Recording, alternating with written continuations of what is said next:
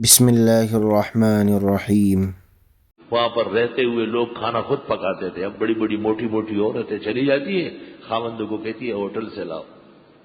یہ عورت ہے تو عورت نما ایک دیو ہے، ایک فضول عورت خامخواہ.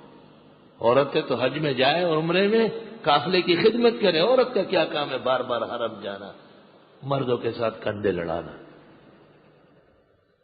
ارمان صد ارمان کہ لوگ یہاں پڑھتے نہیں ہیں تاکہ ان کو عقل آ جائے، غیرت آ جائے، عورتوں کو قابو کرنے بھی آ جائے گا.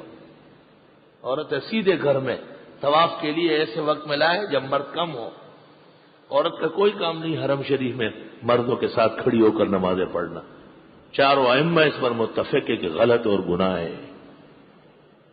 سیر سپاٹے والی عورتیں اور خانگی امور سے بے نیاز عورتیں ہیں، ناشکر عورتیں ہیں. ایسی عورتیں بھی دیکھی جو کہتی ہے کہ ہم طواف زیادہ نہیں کر سکتے، گوشت لاؤ، سبزیاں لاؤ، ہم پورے آدمیوں کا کھانا پکائیں گے، آپ لوگ طواف کریں، باجماعت نماز پڑھیں، ہمیں ثواب ملے گا. یہ ہے عورت. اور وہ عورت نما مرد ہے.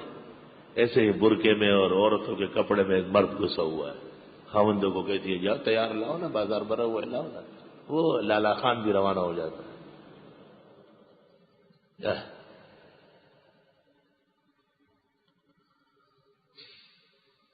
عورتوں کی خدمت بھی سنت ہے جب وہ بیمار ہو، تھکی ہوئی ہے، ایک اور علیحدہ بات ہے. لیکن اصل میدان کیا ہے، اصل کام کیا ہے؟ بس خالی ولوج خروج. وہ تو مرغا اور مرغی بھی کرتے ہیں، بکرا اور بکری بھی کرتے ہیں، کوئی بات ہے وہ؟ اصل کام خانگی امور سنبھالنا. عورت کا سب سے بڑا شرف عورت کا یہ ہے کہ وہ خانگی امور سنبھالے. صحابہ کرام جب آتے تھے ام المومنین سے کہتے تھے کہ حضرت کے لیے کیسے سالن بناتی تھی.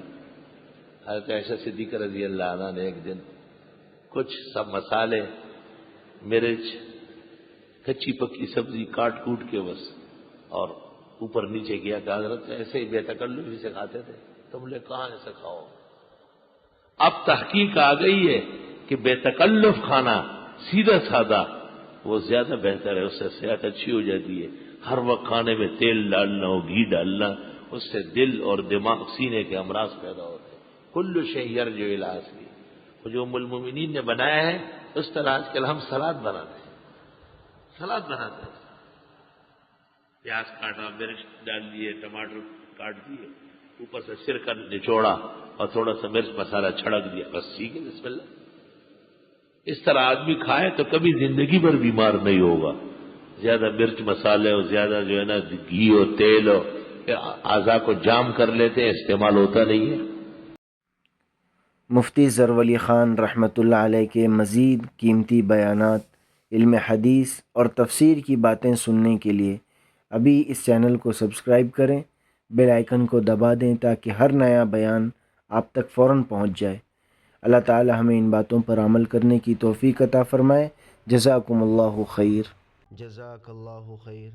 آگے زیادہ سے زیادہ شیئر کریں اور ہمارے چینل کو سبسکرائب کریں.